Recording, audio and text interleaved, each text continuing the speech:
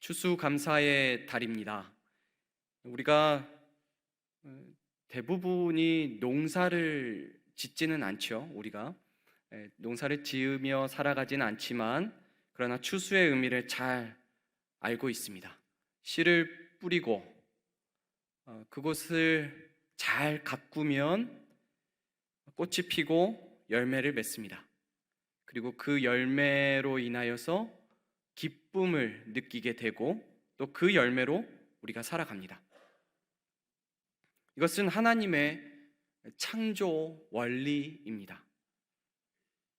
시간의 흐름, 그리고 날씨의 변화, 그리고 계절의 이런 변화 속에서 놀랍게 심으면 열매가 나오는 그런 원리를 하나님은 이미 말씀을 통해서 우리에게 알려주셨고 또 우리의 삶을 통하여 그것을 경험하게 하십니다. 우리의 삶을 보면 시간이 계속해서 가만히 흐르고 또 저절로 살아가게 되는 것 같지만 사실 하나님의 이 창조 때부터 세우신 그 놀라운 섭리 가운데, 그 원리 가운데 우리가 살아간다는 사실, 그렇다면 우리도 심습니다. 그리고 그것을 가꿉니다. 그러면 그곳에서 꽃이 피고 또 열매를 얻게 됩니다. 그것이 땅에서 하는 실제 농사든 아니면 인생의 농사든 사업의 농사든 건강의 농사든 자식의 농사든 그 농사 어떤 거든 마찬가지로 하나님의 원리가 그곳에 흐릅니다. 오늘은 우리 삶의 이 농사를 보며 이 감사를 점검하기를 바랍니다. 나는 과연 이 감사하는 삶을 살고 있는가? 만약에 하고 있다면 그것은 어떤 감사인가? 혹 나의 하나님께 대한 그 감사의 모습에 부족함은 없는가? 결여되어 있는 것은 없는가? 과연 하나님께 드려지고 있는 감사인가? 오늘 읽은 이 레위기의 말씀을 가지고 두 가지로 정리해서 말씀을 전합니다. 먼저 첫 번째로 아버지께 기쁘게 드려지라입니다. 첫째, 아버지께 기쁘게 드려지라. 오늘 읽은 본문에는 감사 제물을 드리는 것에 대해서 설명하고 있습니다. 29절 말씀 우리 함께 읽어보겠습니다. 너희가 여호와께 감사 제물을 드리려거든 너희가 기쁘게 받으심이 되도록 드릴지며. 하나님께 어떤 감사할 내용이 있어서 하나님께 예물을 드리는 것입니다.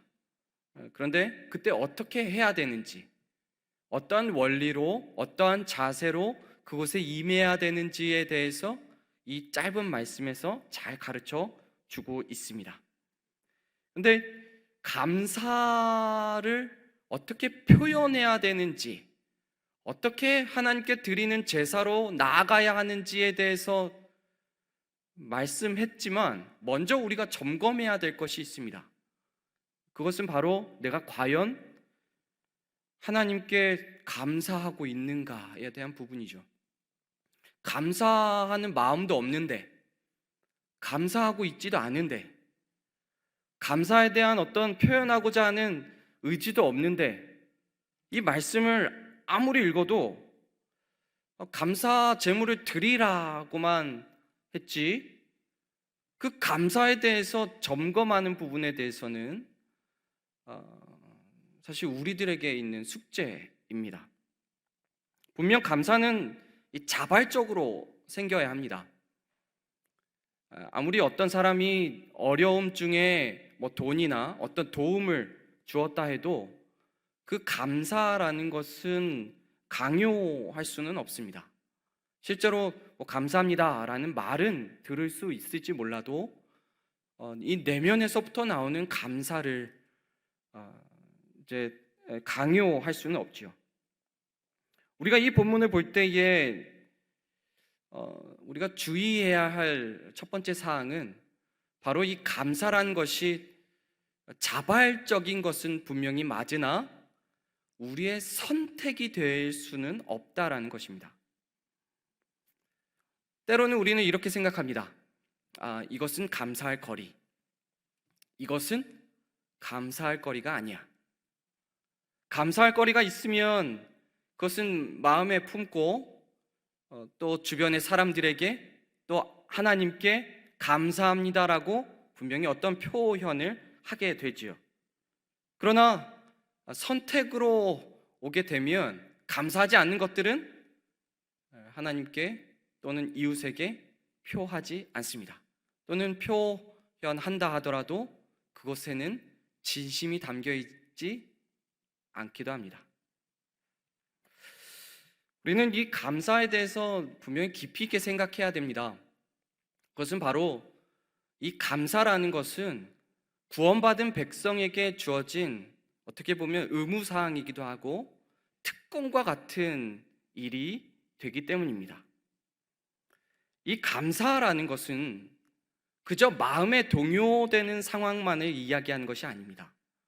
이 감사라는 것은 사실 하나님과 나와의 관계가 어떠한지를 명확하고 분명하고 깊이 있게 알고 있느냐 없느냐에 따라서 감사하느냐 감사하지 않느냐가 사실 드러납니다. 이거 사실 되게 어려운 이야기인데요. 오늘 우리가 보는 이 말씀이 레위기 말씀입니다. 이 레위기 말씀에서 감사라는 말씀을 보고 있습니다. 왜 레위기이냐? 왜 하필 레위기이냐? 그것은 이유가 있습니다. 그 이유는 성경에서 이 감사라는 말이 최초로 나오는 부분이 레위기이기 때문입니다. 의문을 가질 수 있습니다. 정말 창세기에는 감사라는 단어가 안 나온다고? 정말 출애굽기에도 안 나온다고? 네, 나오지 않습니다. 물론 다른 부분으로 표현되는 부분들은 있습니다. 기뻐한다, 하나님을 찬양한다, 찬송한다, 하나님의 이름을 높인다, 이런 부분으로 감사가 없었다라는 것은 아니지만 감사라는 그 단어 자체는 사실 나오지 않습니다. 사실 창세기에는 나올 법도 합니다. 하나님께서 세상을 창조하셨습니다. 얼마나 감사한 일입니까? 하나님께서 홍수 가운데서도 살려주셨습니다. 얼마나 감사한 일입니까? 하나님께서 가정을 이루게 하셨고 자녀를 허락하여 주셨습니다. 얼마나 감사한 일입니까? 흉년 중에서도 살게 하셨습니다. 감사한 일입니다. 약 400여 년간 타국에서 어렵게 힘들게 살다가 극적으로 나오게 됐습니다. 얼마나 감사한 일입니까? 이 모든 것이 참으로 감사할 것들이 넘치는 사건들이고 일들이지만 사실 이곳에 감사라는 말로 표현하고 있지는 않습니다. 그래서 우리는 이 레위기 말씀을 통하여서 감사라는 부분을 조금 더 깊이 있고 명확하게 알 필요가 있습니다.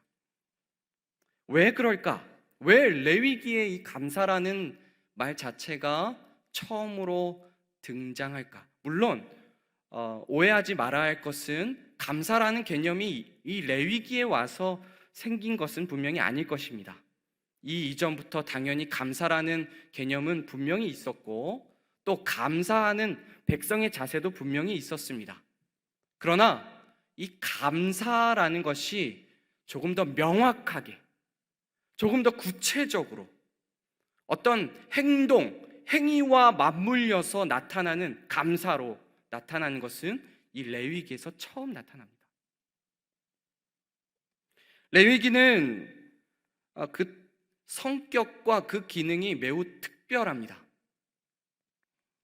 그것은 바로 이 레위기 말씀이 출애굽한 이후에 주어진 말씀이라는 그 특수성입니다. 출애굽이라는 그 특수성과 그리고 시내 산에서 하나님의 계명을 받고 또 하나님과 언약을 맺은 그 이후에 나타나는 그 말씀, 그것이 바로 이 레위기입니다.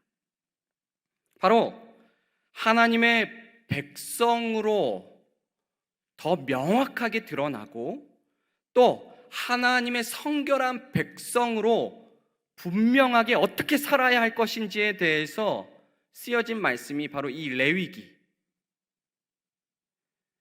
레위기에는 제사에 대해서 그리고 제물은 어떠해야 되는지에 대해서 또한 백성이 부정하게 되었을 때에 어떻게 정결하게 되는지에 대해서 아주 많은 부분에 대해서 기록하고 있습니다.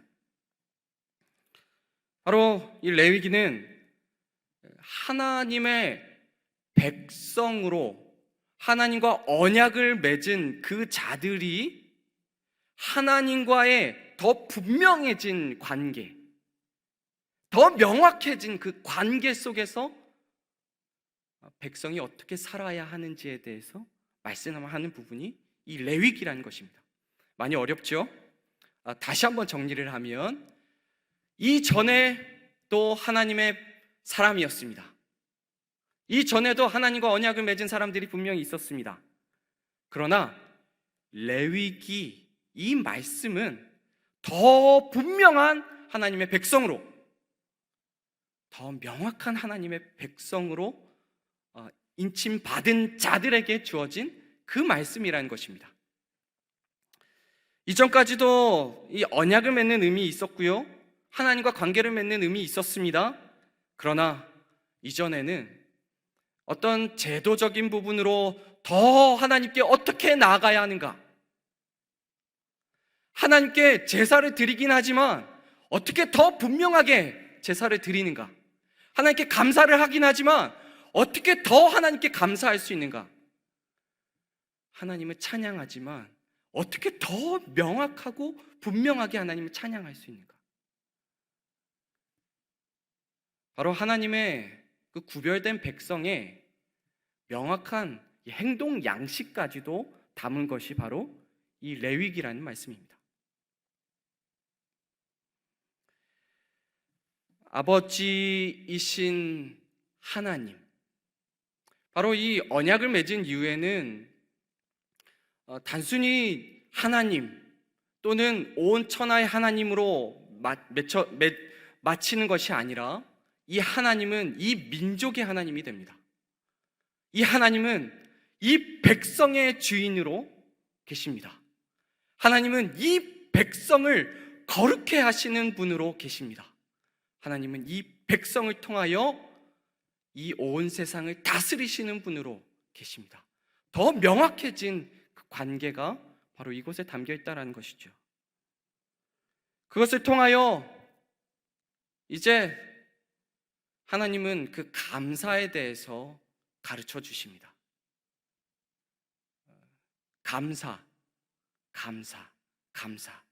그 감사는 어떻게 해야 하는가? 바로 감사를 말로도 표현할 수 있고 노래로도 표현할 수 있고 너희들의 어떤 행동으로도 당연히 표현할 수 있지만, 그러나 이제는 더 명확한 행동으로 나와 하나님께 감사의 예물을 드리는 어떠한 그런 모습으로 감사를 표현하라라는 것입니다. 이전보다 더 명확한 관계가 되었기 때문에 확실한 감사에 대한 표현이 이곳에 담겨 있게 된 것입니다.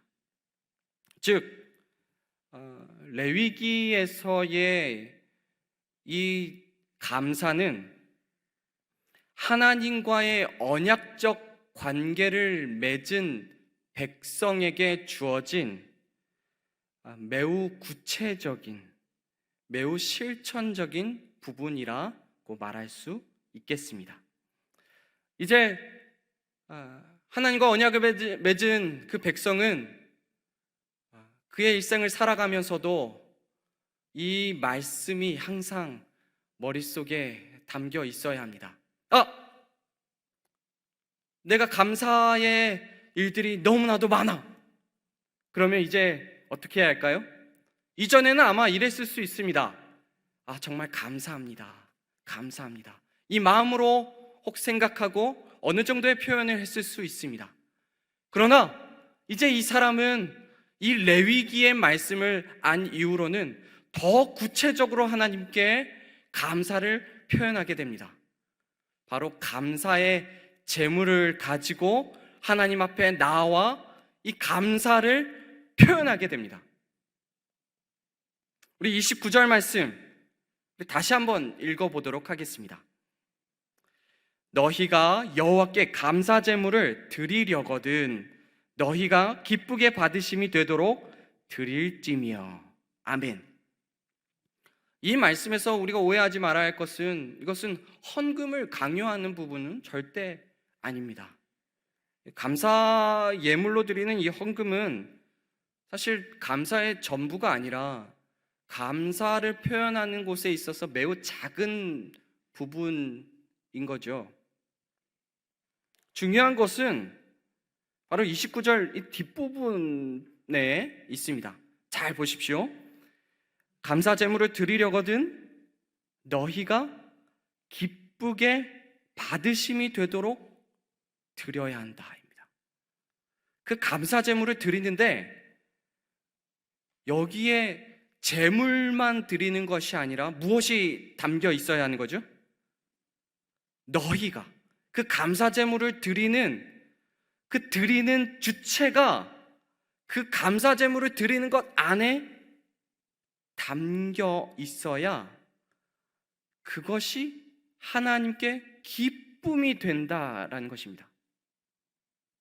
바로 여기에서 중요한 것, 재물도 중요할 수 있겠지만 재물 안에 감사를 표하고 있는 그 주체, 너희가, 우리가 그곳에 담겨 있느냐, 담겨 있지 않느냐. 정말 감사 제물을 드리고는 있지만 하나님께 기쁨이 되기를 바라느냐, 아니면 그냥 제물을 드린 것으로만 만족하느냐. 어떻게 보면 매우 작은 차이일 수 있겠지만 이것은 예물을 받으시는 입장, 바로 하나님의 입장에서는 이것이 정말 나에게 드리는 제사이냐, 제사가 아니냐로 나뉘는 것이기 때문에 너무나도 중요한 부분입니다. 감사 제물을 드리는 데는 단순히 예물만 드리는 것이 아닙니다. 그곳에는 내가 담겨 있어야 합니다. 나의 정성, 나의 마음, 내가 무엇을, 왜, 어떻게 하나님께 감사하고 있는지에 대한 분명히 그 깊고도 구체적인 마음, 정말 하나님께서 주셨기 때문에 내가 누리고 있다라고 하는 너무나도 기쁜 그 마음, 하나님을 기쁘게 하고 하나님을 찬양하는 그 마음, 그 의지, 그 생각이 이 제물 가운데 온전히 담겨 있어야 한다는 것입니다. 성도 여러분, 우리는 왜 하나님께 감사해야 합니까? 감사하라고 하니까, 감사해야 하나님이 복을 주시니까, 감사해야 하나님께서 조금이라도 더 주시지 않겠느냐라는 혹 그런 생각? 그런 것들은 핵심은 아니겠죠. 물론 감사할 줄 아는 자에게 또 하나님이 또 더 다른 또 감사를 또 허락하실 것입니다. 그러나 궁극적인 것은 나와 하나님과의 관계입니다. 바로 이 레위기에 와서 이 감사가 구체화된 것과 같이 이 감사가 하나님께 어떻게 표해야 되고 어떻게 하나님께 이 감사를 기쁨으로 드릴 것인지에 대해서 명확하고 구체적으로 나타난 것과 같이 이제는 내가 하나님과 어떠한 관계인지를 먼저 돌아보아야 합니다. 바로 하나님이 나의 하나님이시기에, 바로 하나님이 나의 창조주이시기에, 바로 하나님이 나의 구원자이시기에, 나를 인도하시는 그분이시기에, 나를 구원하신 그분이시기에, 나와의 때려야 뗄 수 없는 언약적 관계를 맺은 너무나도 위대하신 그 아버지이시기에 나는 정말로 아버지 하나님께 그 감사를 더 구체화하여 표현할 수 있는 것입니다. 우리는 감사하는 마음은 아마 항상 갖고 있을 것입니다. 하나님 감사합니다. 모든 것이 감사합니다. 내가 호흡하는 것도 감사고 내가 살아가는 것 또한 당연히 감사합니다. 그런데 그러한 모습들이 신자인 우리들에게는 조금 더 구체화되어서 나타나야 합니다.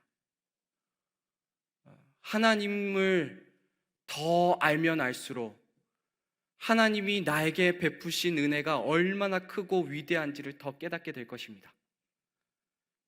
하나님을 더 하나님 말씀을 통하여서 하나님이 어떠한 분이신지를 알고 그것을 내 삶 가운데 온전히 체험하면 체험할수록 하나님께서 나의 삶에 베풀어 주신 그 은혜가 얼마나 위대한지를 더 알게 될 것입니다.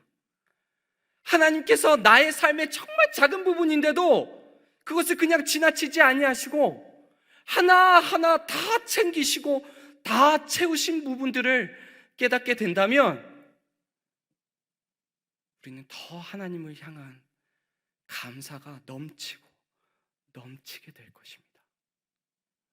바로 하나님과 나와의 관계를 더 명확하게 아는 것이 나에게서의 감사를 깨우는 것입니다. 근데 여러분, 혹 내가 왜 감사하지 못하지? 혹 이런 경험들을 혹 하셨을 수 있습니다. 11월 셋째 주만 되면 추수감사의 주일입니다. 이 추수감사 주일이 되었는데도 나는 감사할 거리를 억지로 짜내야 됩니다. 내가 감사한 것이 무엇이었지? 1년 한 해 동안 계속해서 돌아보아서 감사한 것들을 하나씩 찾고 찾아서 결국 아주 조그마한 걸 찾아서 이러한 것들이 그래도 하나님께 감사할 거리였구나.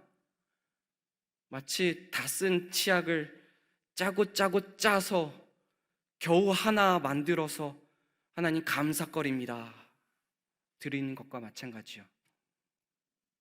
성도 여러분, 감사는 평소에 하는 것입니다.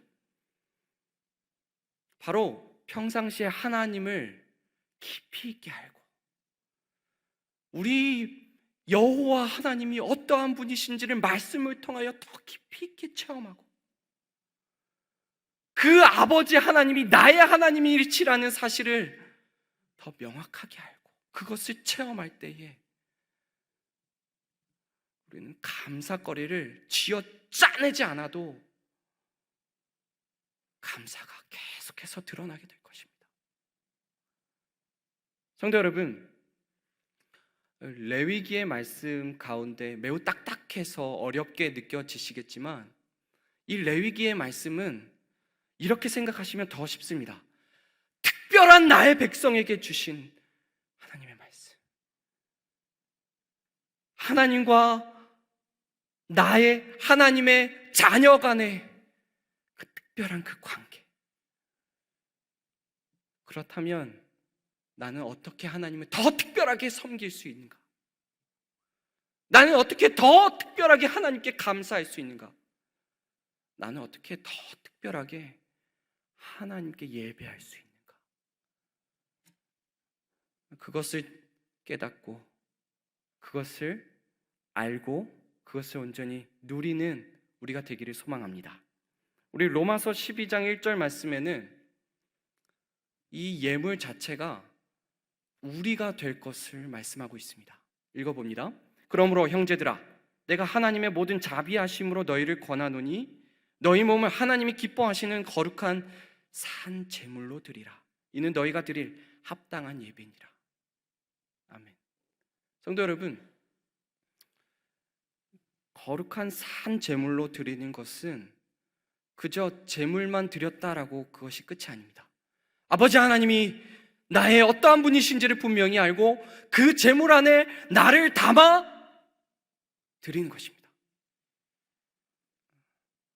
온전히 우리의 감사를 하나님께 드리는 저와 여러분, 우리 모두가 되기를 소망하고 축원합니다. 아멘. 두 번째로, 책임을 다해야 할 감사입니다. 책임을 다해야 할 감사입니다.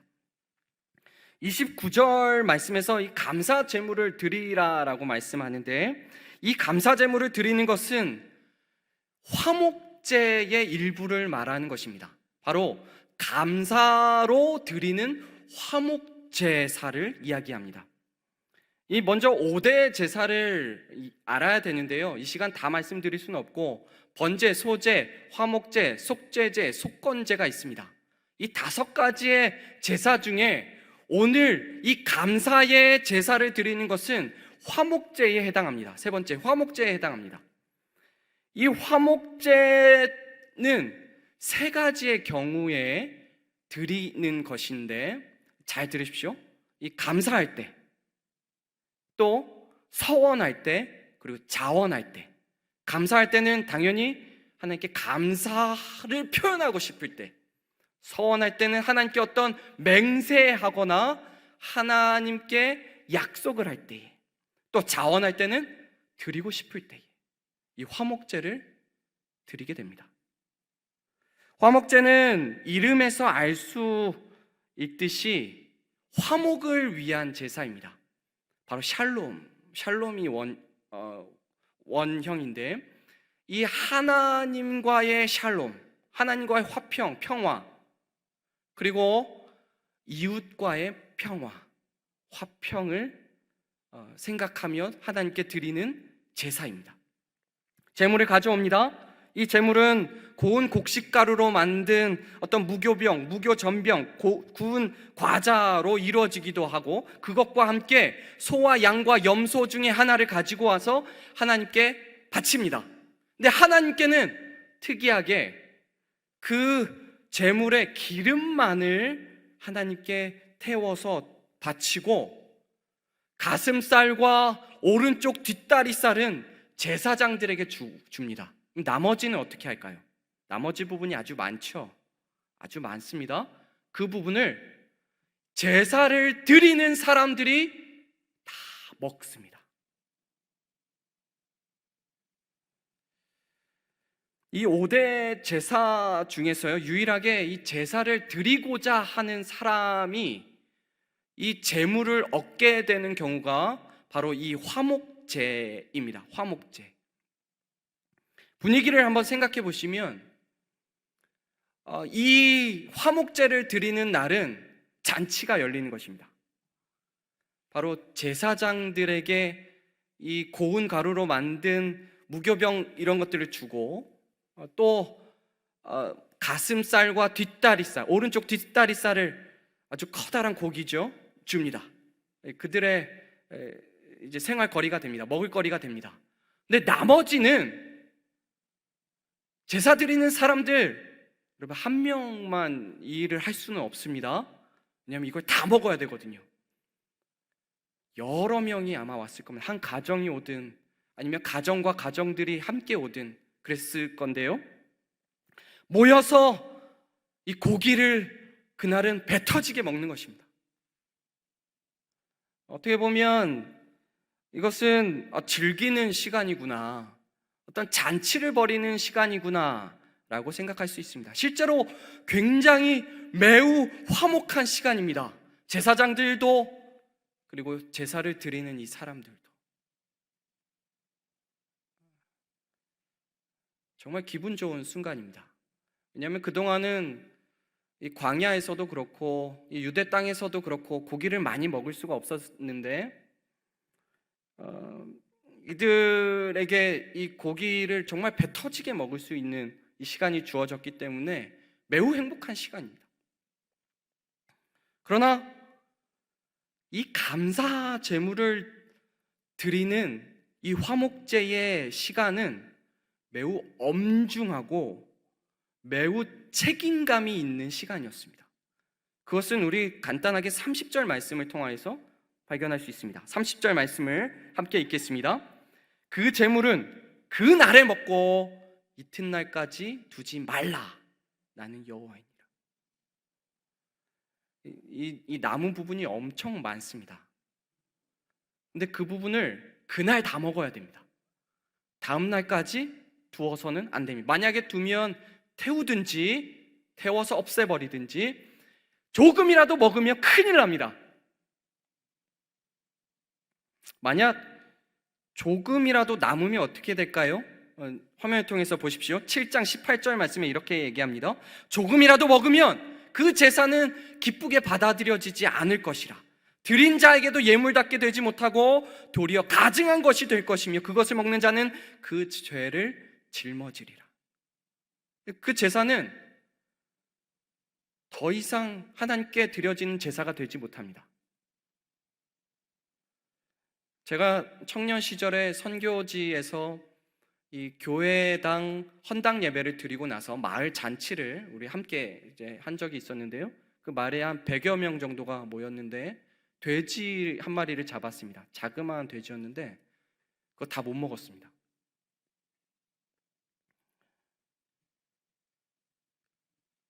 어쩌면 이 소와 양과 염소를 가지고 이 감사의 화목제를 드릴 때에 이 고기는 정말 어마어마하게 많은 양일 것입니다. 그런데 남기면 안 됩니다. 남기면 이 고기는 태워버려야 되고, 혹 내 안에 이 고기 조금만 남겨놓고 내일 먹고 싶다, 절대 안 됩니다.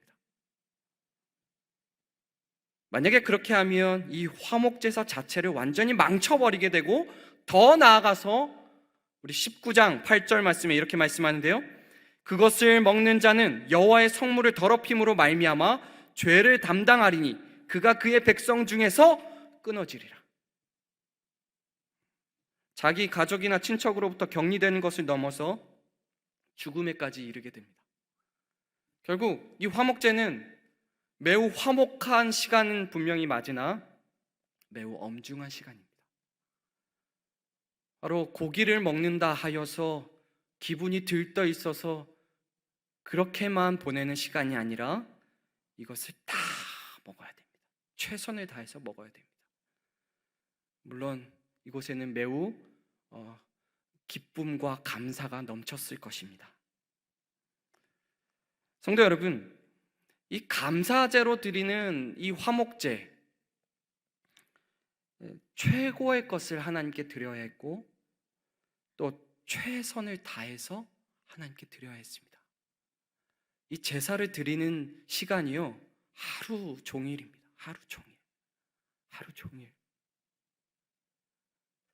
일주일 중에 1시간 이 자리에 앉아서 감사합니다 표하고 봉투 하나 준비해서, 물론 귀중한 것이지만요, 드리고 나는 감사를 다 표했습니다, 이것과는 너무 큰 차이입니다.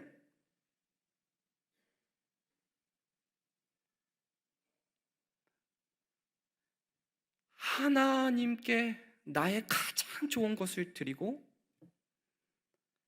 하루 종일 하나님과 교제의 시간을 갖습니다.